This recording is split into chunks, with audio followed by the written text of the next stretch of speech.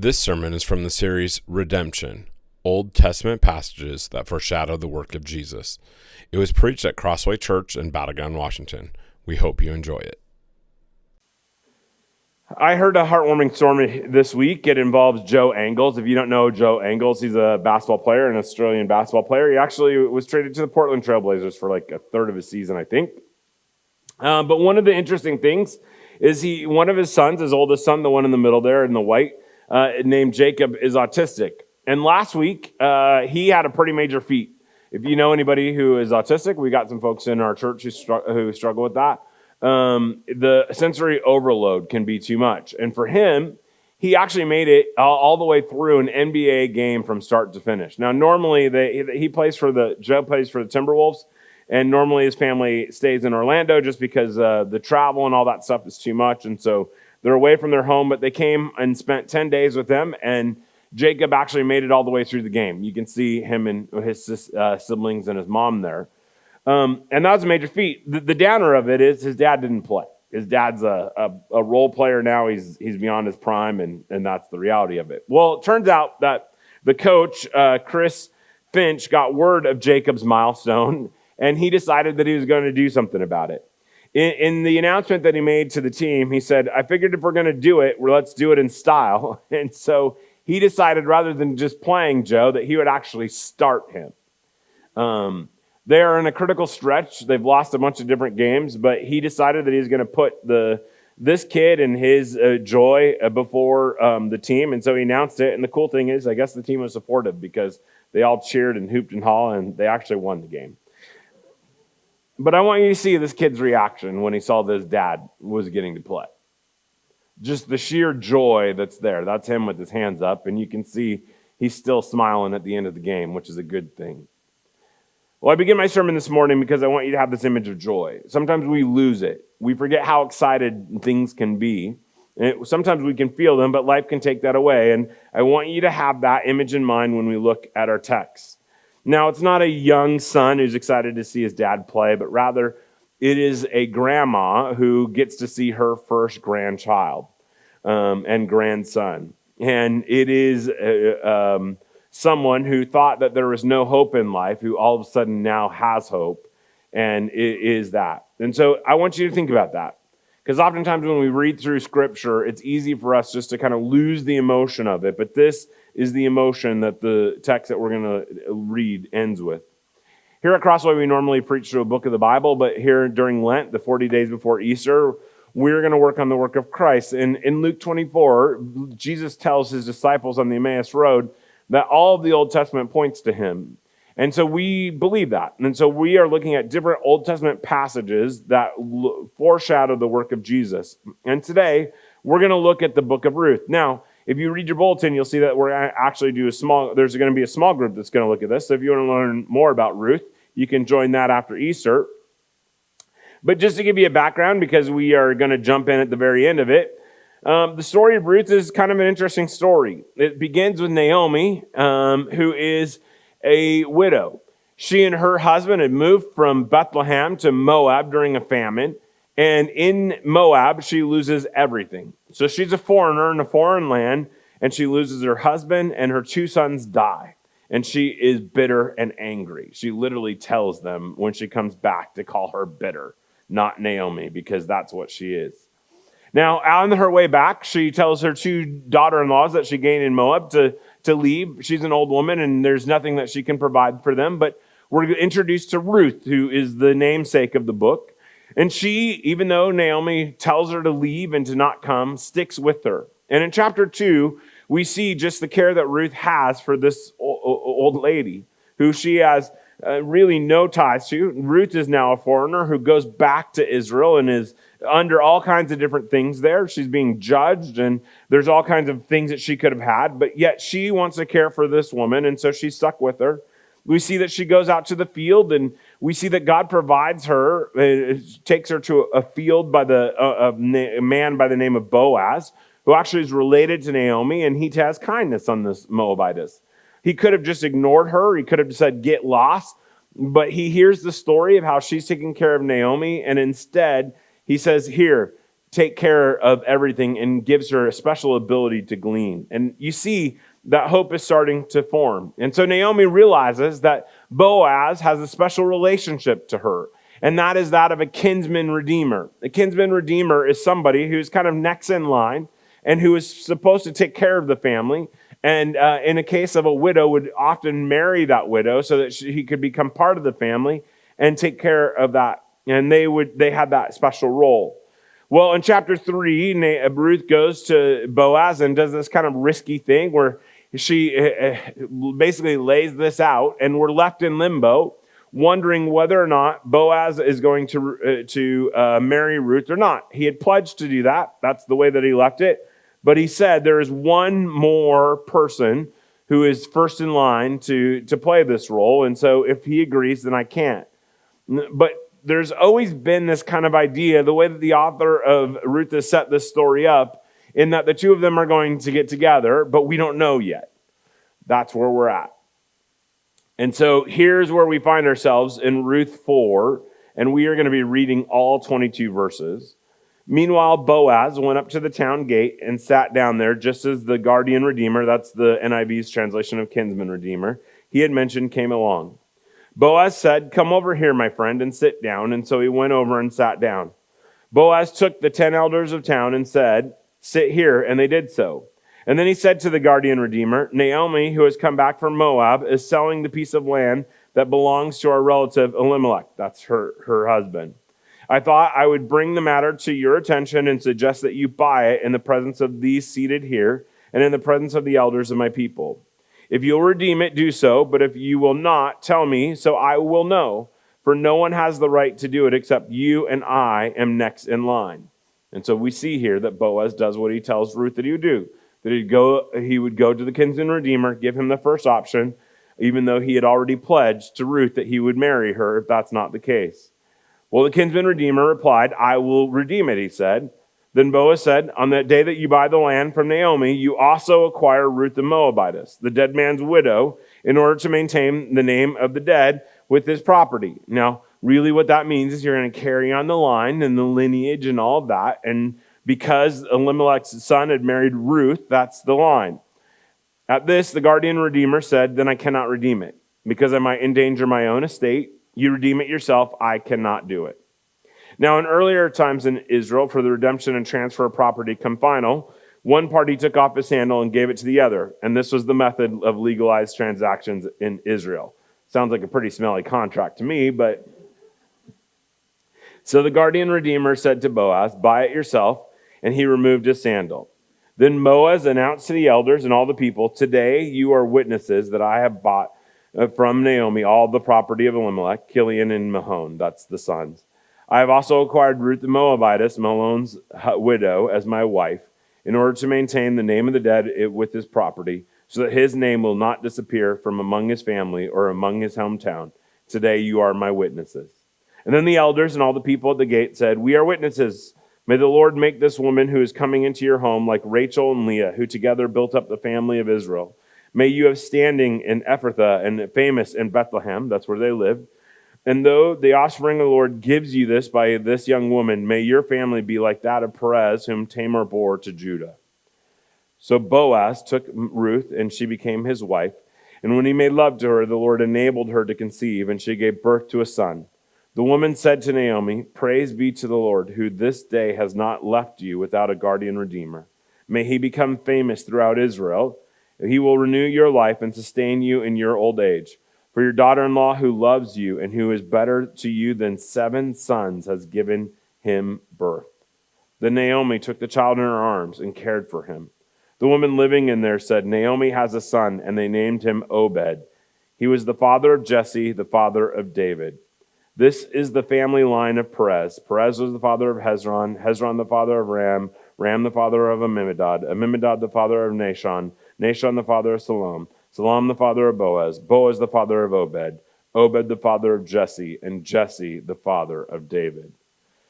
Now we'll look at why it ends with that family line in a moment, but it's interesting for us to see that I think that this story foreshadows the work of Christ, and I'll lay my case here in our text soon. But first, let's just look at the text and what it is. As I said in chapter 3, Boaz had said that he was going to marry Ruth if he could, and he would take care of her. He saw that Naomi and Ruth were in desolate state and something needed to be done. Now, we may take that for granted. We have systems that can help those who are in difficult spots. But in the Israelites' day, that wasn't the case at all. Your Social Security income was basically your children who would take care of you. And Naomi had no children, and she had lost everyone. And Ruth was a foreigner in the land. And so these women were desolate, and they were in a difficult spot. But we see that Boaz cares about them. The Lord laid something on his heart to have compassion towards them. And so he does, though, what he promised. That if he would either take care of them, or he would have the Kinsman-Redeemer do that. And so the other one who's next in line. And so we see that Boaz goes and he gathers the Kinsman-Redeemer and the elders at the city gate. That's at the beginning of this. He lays this out in a formal way. He wants to make this official, so he doesn't bother just going to them. He talks to the Kinsman-Redeemer and the elder, the ones who would have to weigh in this. It's kind of the court of their day. And he brings them and he sits them down and he lays out all the facts. He shares that Naomi is in a desperate situation and that she's going to have to sell this land. And so he says that that's the situation. She needs to sell this land. That's it. But he also expresses his willingness to redeem it. You'll see that, hey, you are first in line. This is your first right of refusal, which is the kind of language we use today. But if you don't do this, then I will take care of it because I am next in line. Now, the Kinsman-Redeemer is interested in buying Naomi's land to enrich his family. And he says it right off the bat, I will redeem it. Now, this is a great opportunity because normally when this happens, you would have to marry somebody who is of childbearing age. And he knew that Naomi was older. And so when he hears that he can get land and have to take care of a widow who can't produce any more offspring and just take care of her for a little while, he would enrich his family. He would get twice the amount of land with a little amount of work. And so he jumps at it. But Boaz reminds him that it's not just Naomi, it's also Ruth. And I think there's a kindness there, right? I mean, he could have said, well, she's a Moabitess, so we don't need to really worry about her. She shouldn't really be part of the family anyway, and so you don't worry about her. Take care of Naomi, and that's it. But that's not the way Boaz handles this. Boaz says, no, it's not just Naomi, it's Ruth as well. They come together as a package. And so he takes care of Ruth, even in that moment. I want you to see that he actually speaks up for Ruth when he didn't necessarily have to, but he does. We see the heart of Boaz in that. Now, this Kinsman-Redeemer changed his mind after hearing that it involved Ruth, because marrying a Moabitess woman would ruin his reputation. In Deuteronomy 23, it says, no one born of a forbidden marriage nor any of the descendants may enter the assembly of the Lord. And it literally lists an Ammonite or a Moabite. And so it would have ruined his reputation. And so the Kinsman-Redeemer knows that. Boaz actually laid it out there that Ruth the Moabitess would come along with this deal, and he would have to marry her, and he recoils. And then we also see that any child born to Ruth through this marriage would inherit Naomi's land. And so this economic thing wouldn't be to him, it would be to his descendant. And he didn't really wasn't really interested in that. He was interested in looking out for his own family, the family that he already had. And so he changes his mind quickly. As quickly as he says, I want it, after hearing all the facts, he says, I don't. And that's when Boaz again declares his intent to marry Ruth and to continue Elimelech's family line. Now you may wonder why all this language about the family line. Well, here's the interesting thing. Is this book was probably written after David was born, or guess what? They wouldn't know that Obed was the great-grandfather of David.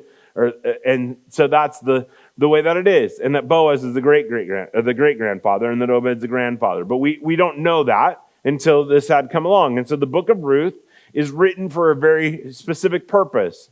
And the purpose is to show that God is at work even when we may not see it. Ruth comes after the Judges, which is a period of chaos, and they wondered whether or not God was at work. We've preached through Judges, and it is dark. If you want dark, this is dark. The things that go on there are terrible, and it ends in a very terrible way.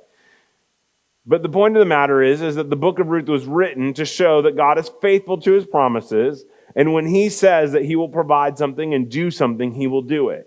And in this case, he's providing the ruler that he has prophesied, and he's using this situation between Boaz and Ruth to get this going on. And so we see that's why this language of the family line. It's yes, that Naomi and Ruth get to have somebody who's going to take care of them. That is a small part, the microcosm part of the story, but there's a grander narrative at play too.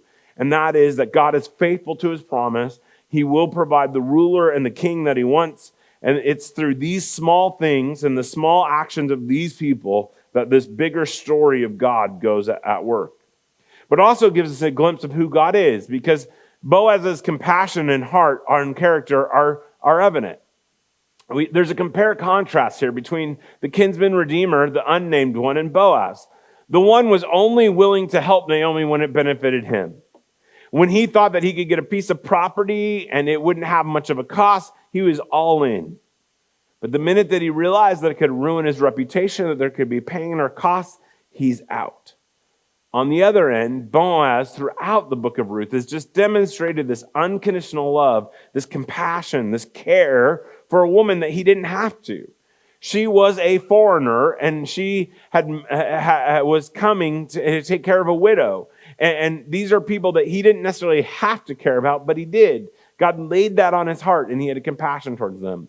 It shows God's hesed love. Hesed is a fancy Hebrew word. Well, it's not a fancy Hebrew word. It's a Hebrew word. That just means God's never giving up undeserved love. And Boaz demonstrates that. And it's shown beautifully here. This man who is wealthy, has prestige, is willing to give up his honor, give up his cash, do everything to take care of these women. And we see the contrast here between the other man who's in the same spot and Boaz. But Boaz does this because God is at work in his life. And it's a beautiful thing. Now, the elders are actually touched by this. You can see it. Because right away, they pray for offspring. And you may say, well, why do they do that? I mean, well, they do that because they want to see Boaz's kindness repaid. They want to see Naomi and Ruth taken care of. And again, we don't look at it this way, but really having children is the best way to have this take forward. And of course, we also know that the bigger narrative here is that David's line is going to continue. And so the author of Ruth crafts the story to highlight that. And so that's what they do. They pray this interesting prayer that they would have be like Rachel and Leah, who built the family of Israel, and also that Tamar that they would bear a son like Tamar.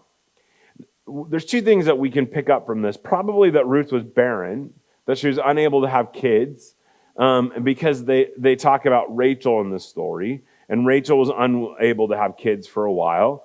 And then also, they understand that this is an unconventional relationship. This is a foreigner, and they're putting their blessing on this. This would have been pretty radical in their day. But Tamar, if you know the story of Tamar and Judah, it is unconventional. She basically slept with her father-in-law because he wouldn't allow her to have a son to marry because she pretended to be a prostitute and slept with them because he kept on losing sons who would get married to her, and he didn't want to give him another one and lose a different one. And yet God worked through that. And so they prayed that even through this unconventional thing and this unconventional marriage, that God would work. And we see that God answers his prayers. Boaz returns to his bride. That's what he does. Now, I want you to imagine Naomi and Ruth. Naomi and Ruth, when they last left, Ruth comes back to tell Naomi everything that Boaz had told her, and they're sitting there on the edge of their seats wondering, who is it that's going to take care of them? Now, you know Naomi's rooting for Boaz. She's been putting him up in good words throughout chapter 3.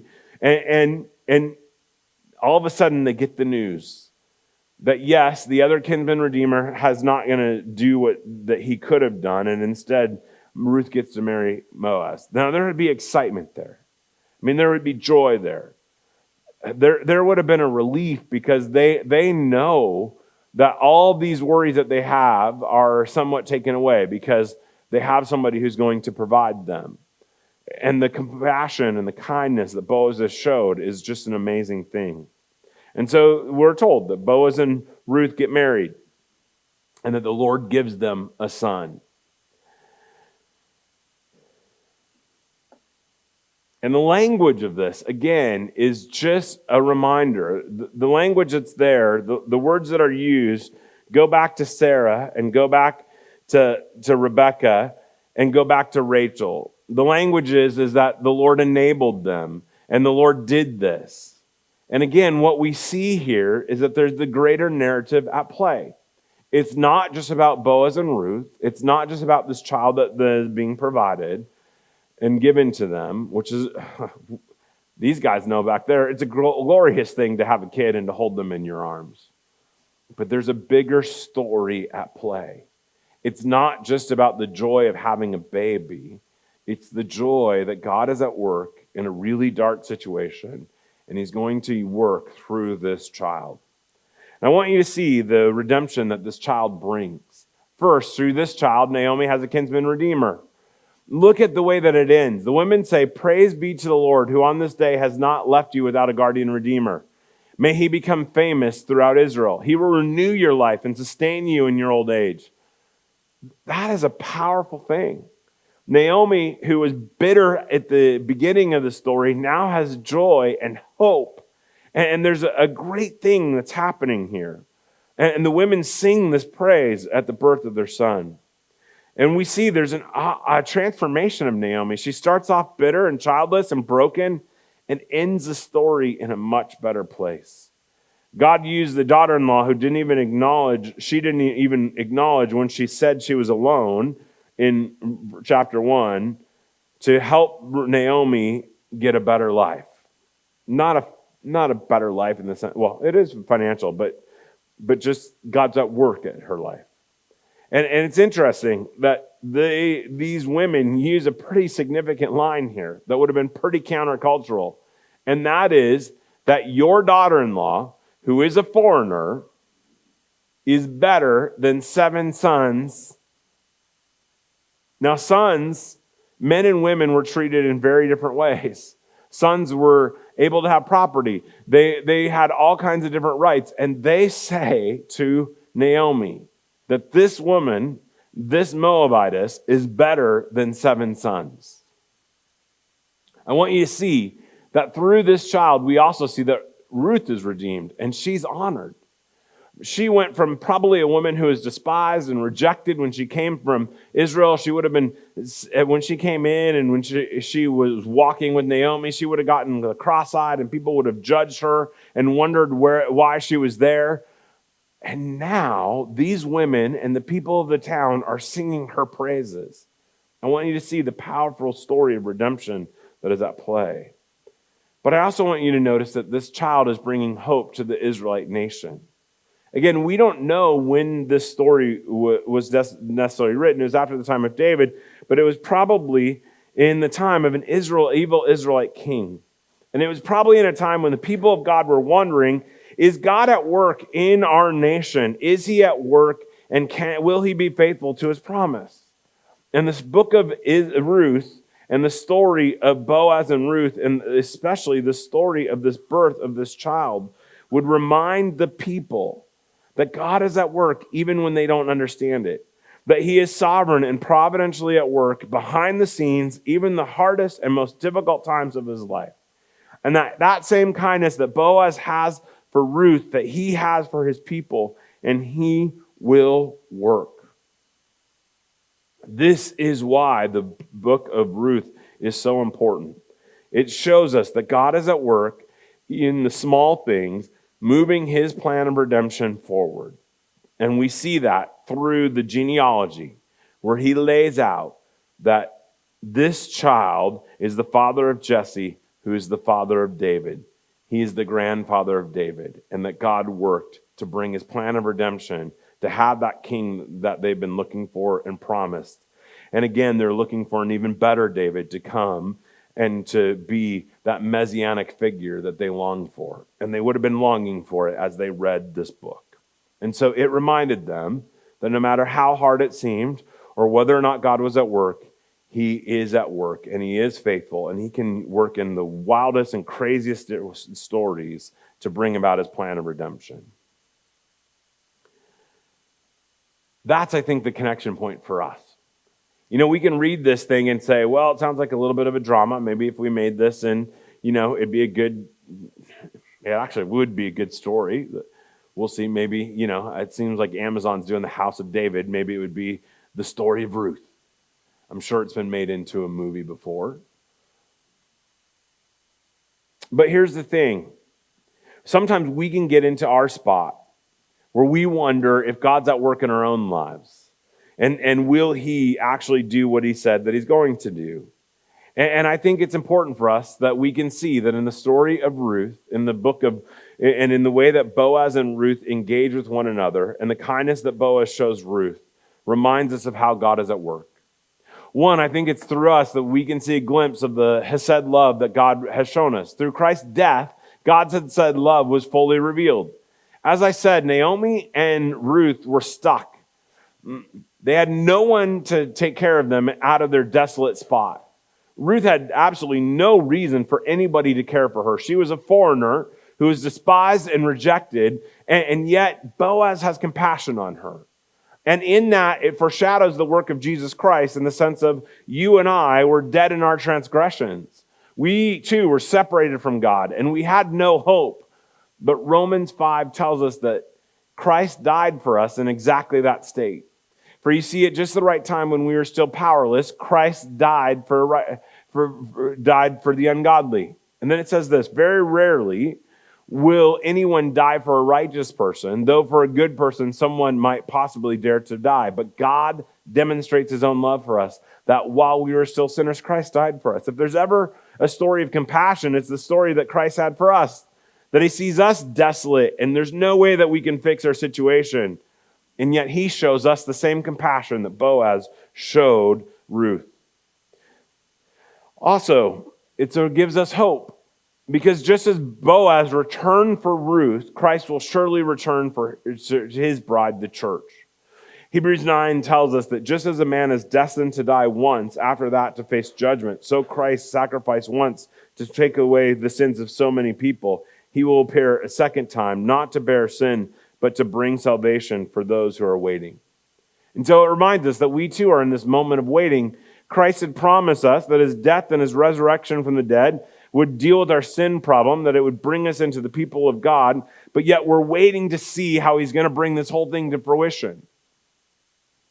Sometimes we can get so caught up in life that we forget that there's a grander narrative of life going on, and that is that Christ will come again and he will restore everything and make the new heavens and the new earth, and that all the effects of sin will be abolished forever, and that we will get to spend eternity with God. And we are in that moment of waiting.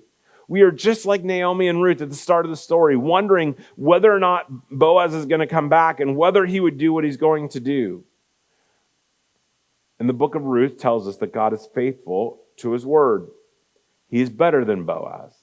And if he says that he's going to come back again, he's going to come back again. And it also gives us hope because it shows us and reminds us that God is at work in our lives even when we don't always understand it. Naomi and Ruth did not understand all the ways that God had providentially put everything together.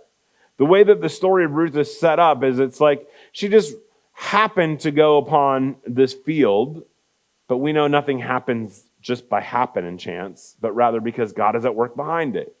And she just happened to go to the field of Boaz, who had tended to be kind. And all of these things, we see that God is working behind the scenes.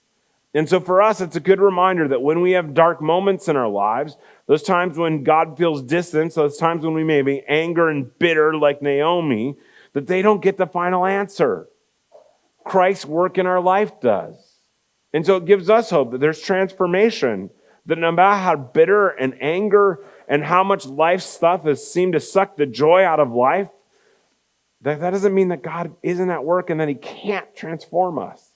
The ultimate transformation will be when Christ comes back again, but that doesn't mean that he can't transform us even here today. And Naomi's transformation gives us hope of that. Philippians 4 says, and the peace of God, which transcends all understanding, will guard your hearts and your minds in Christ Jesus. Sometimes we just need a reminder of that truth.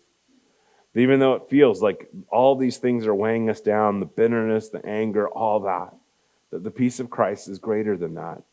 And the story of Boaz and the story of Ruth and the story of Naomi gives us that hope. I love 1 Peter 5, where it says, and the God of all grace, who called you into eternal glory in Christ, after you have suffered a little while, will himself restore you and make you strong, firm, and steadfast. To him be the power forever and ever. Amen.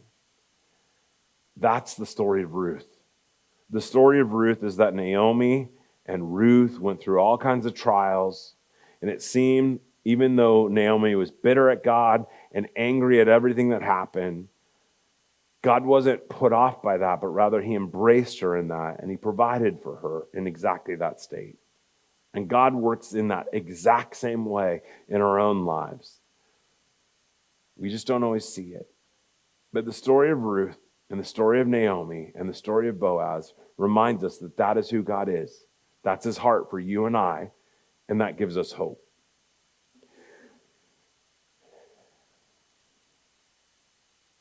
In October 2001, a severely damaged pear tree was actually discovered at Ground Zero. You can see it.